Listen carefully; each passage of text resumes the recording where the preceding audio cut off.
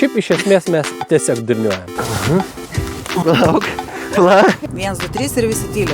Dodžas gauna tokius...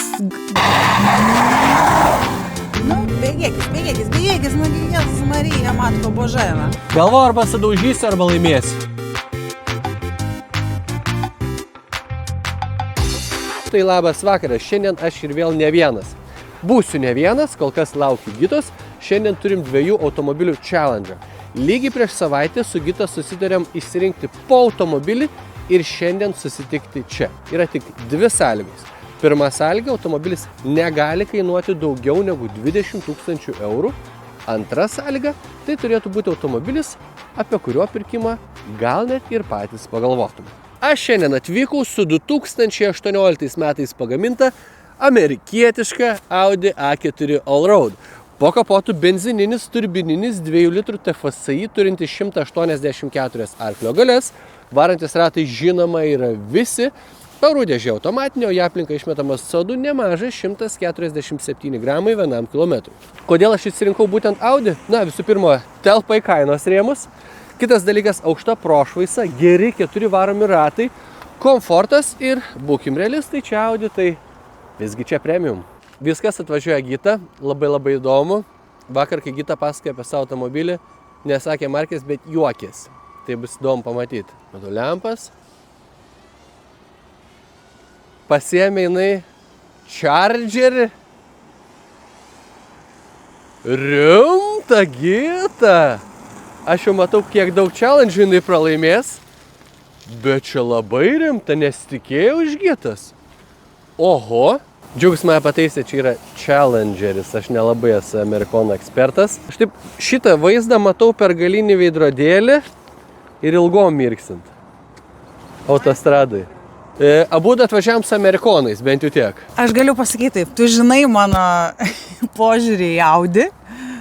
O, šiaip tai aš kai žiūrėjau ir galvojau, ką čia tokio išsirinkti, tai net neabejojau, kad važiuosiu su Audi, bet paskui pagalvojau, gal reikia šaut kažką tokio įdomesnio, nuo to, ko nesu vairavus, ko nesu bandžius, tai kadangi man jie labai gražus ir aš juos visą laiką gatvėse pastebėdavau, galvoju, jeigu jau į challenge varau, tai varau su challengeriu, žinai. Taigi aš šiandien pasirinkau atvažiuoti čia su Dodge Challengeriu, kuris yra pagamintas 2020 metais. Po kapotu slepiasi 3,6 litro variklis, generuojantis 305 arklio galias. Varantieji ratai yra galiniai, aišku, turbūt saugiau būtų su visais varančiaisiais, bet pasirinkau tai, ką pasirinkau. Iš tikrųjų, leidžiantis į kažkokius iššūkius, tai tikrai čia nėra pas aštriausias peilis stalčioje, bet jau jeigu leisis į iššūkius, tai o kogi ne. Ir jūs turbūt paklausite manęs, o kodėlgi tu pasirinkai štai tokį automobilį? O aš pasakysiu paprastai. Manyje prabudo vaikišką mergaitę ir aš rinkausi pagal grožį. Kadangi man šitie automobiliai labai gražus, aš tiesiog leidau savo pasirinkti tai, ko įprastai nevairuoju. Ir kadangi galimybė buvo pasimti tai, ką tik tai tu nori, tai aš ir pasiėmiau štai tokį variantą. Na, o dabar pradėsim iššūkius, kurių iš viso bus net 12. Taip, ir laimintis automobilis gaus po 2 taškus. Aišku, pralaimintis gaus 0, o jeigu bus lygiosios, tai kiekvienas automobilis gaus po 1 tašką.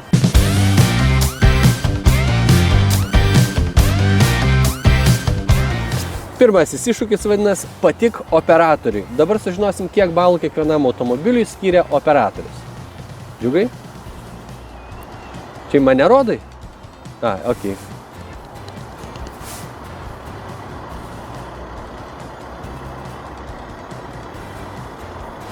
Vienas ir 2. Noriu pasakyti, Audi laimė. Liuks, 2 taškai, 0 taškų. Aš kažkaip kitaip tikėjausi, bet aš gerai. Irgi, bet nice. Taigi, antrasis iššūkis yra bagažinės talpumas.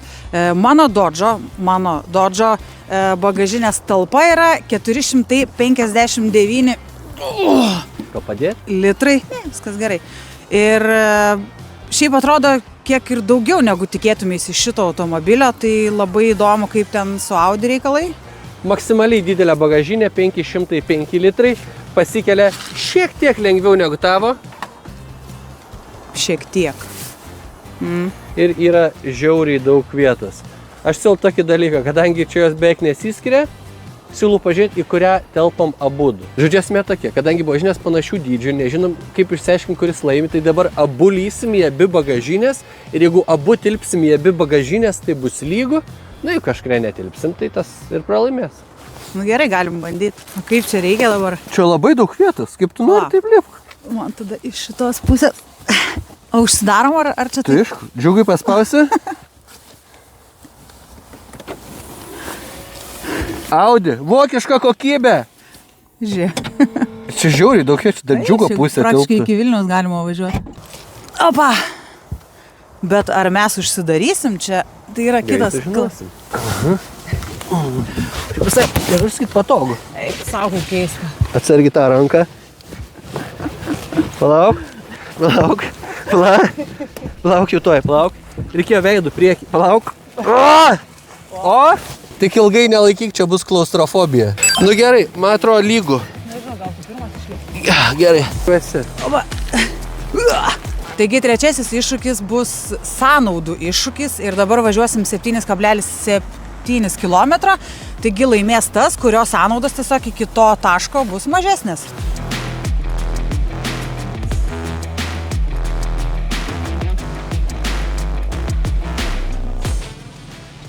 Šiaip tik kai sustojom buvo 11,2, bet kadangi šiek tiek reikėjo luktelti, tai pakilo iki 11,8. Bet kaip iš tokios baržos, tai aš sakyčiau, kad skaičiai visai gal ir neblogi. Tu sakai 11,8? Aha. Ta prasme, mano sandas yra 11,8. Ateik džiugai iš kitos pusės. O kiek buvo, kai sustojai? 11,2? Tai ir mano lygiai tas pats. Vienas, vienodas sąnaudas. Negaliu sakyti, Audi nemaloniai stebina, bet Dodge'as tai maloniai stebina turbūt šitoje vietoje. Dabartinis mūsų challenge'as yra tiesiog kuo greičiau automobilį pastatyti į 7 metrų ilgio vietą. Gita, prašom, tu gali ruoštis automobilį. Esmė tokia, kad nuimsim laiką, kuris tą padarys greičiau ir mažiau sudaužys mašiną, tas ir laimės. 1, 2, 3, go! Oi, palaukit, reikia atbulinį įsijungti. Gerai, kažkaip taip.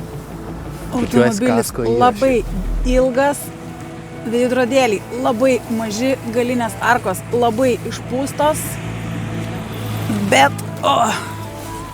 Jaučiu kažką keikėsi. Dan. Klasnai, Gita, 2 sekundės. Aha, bet biškį sufeilinau, nes norint pradėti važiuoti reikia įsijungti pavarą, ko aš pradžioje nepadariau. O dabar laikas pasižiūrėti gintenio parkavimosi įgūdžius. 1, 2, go!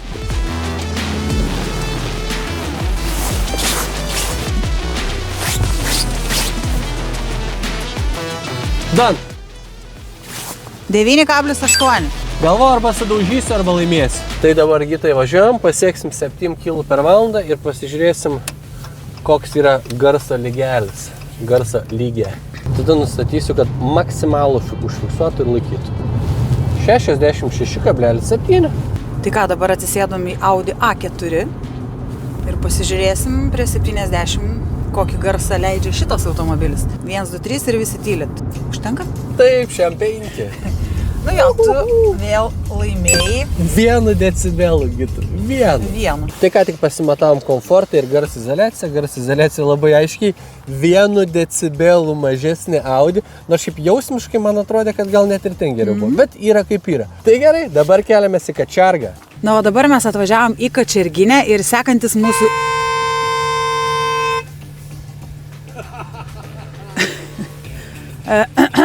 Tai dabar mes atvažiavome į Kačerginę, turime šiokią tokią traselę ir sekantis mūsų iššūkis yra dragai. Taigi pasižiūrėsime, kuris iš mūsų, ar Dodge'as, ar Audi, bus greitesni. Lygiai 200 metrų. Sėkmytės, uždaryk langą.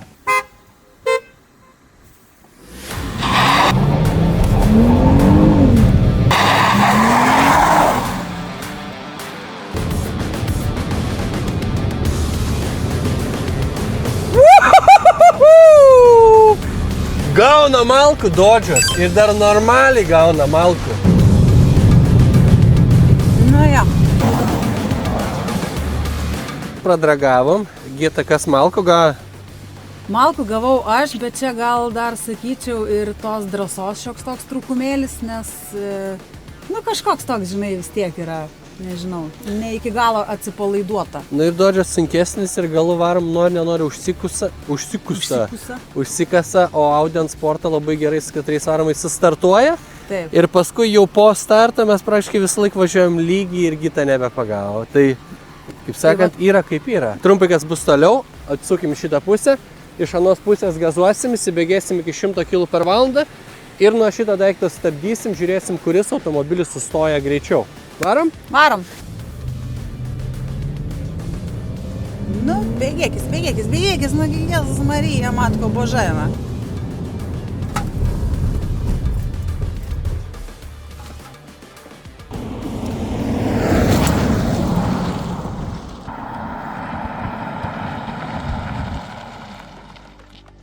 Nu kažkaip sunkiai Gita tavo tam challengeriai, tie challenge'ai vyksta. Nes, nu, jisai sunkus, jam sunkus challenge'ai, nes jisai yra sunkus. Po dar vieno nuostabaus challenge'o, kuriame ir vėl puikiai pasirodė Audi, keliaujam prie šiek tiek skaičių.